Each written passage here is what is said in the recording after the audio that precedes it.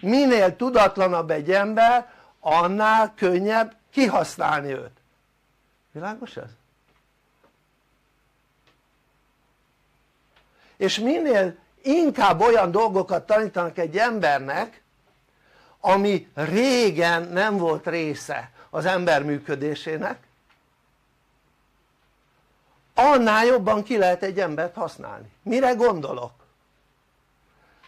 Általánosan tanítják, elsősorban reklámok révén, hogy te mennyire nagyon legyél együttérző. Hát most gondold végig, régen a szegényeket a gazdagok támogatták, nem az átlagember. Oké? Most a gazdagok elvárják, hogy az átlagemberek támogassák a szegényeket. A gazdagok meg röhögnek a markukba. Miért? Mert arra játszanak, hogy beléd nevelték az együttérzést.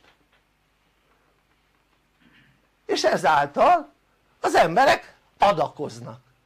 Nem adakozni kellene, hanem tanulni és fejlődni. Világos ez? Adakozás az mindig a gazdagok feladata volt, csak valahogy 45-től nem. 1945-től. Onnan valahogy ez a dolog megváltozott. Tehát egy olyan világban élünk, ahol lehet, hogy nem akarsz tenni kellő mértékben azért, hogy fejlődj, akkor szenvedni fogsz, ha még nem szenvedtél eleget az elmúlt 3 évben. Oké? Mert ha te azt gondolod, hogy a következő 3 év könnyebb lesz, akkor te álomvilágban élsz. Oké? Tehát nehezebb lesz. Megnézed a te életedben, aki itt éltél mondjuk Magyarországon, általánosan megnézed a népnek az életét, fokozatosan javult-e?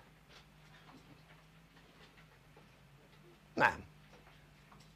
Honnan tudni, hogy nem?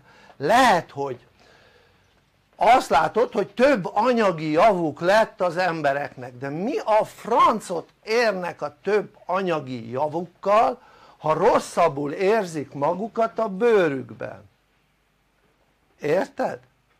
Hát az emberek azért próbálnak anyagi javakat fölhalmozni, hogy jobban érezzék magukat a bőrükben. Ezzel szemben sikerült sok embernek az, hogy anyagi javakat halmozzon föl, több legyen az anyagi java, mint 20 vagy 30 évvel azelőtt, de mégis sokkal rosszabb hangulatú.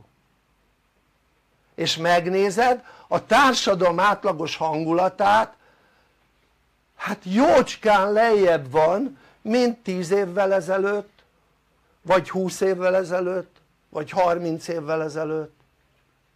Pedig az embereknek több az anyagi javuk.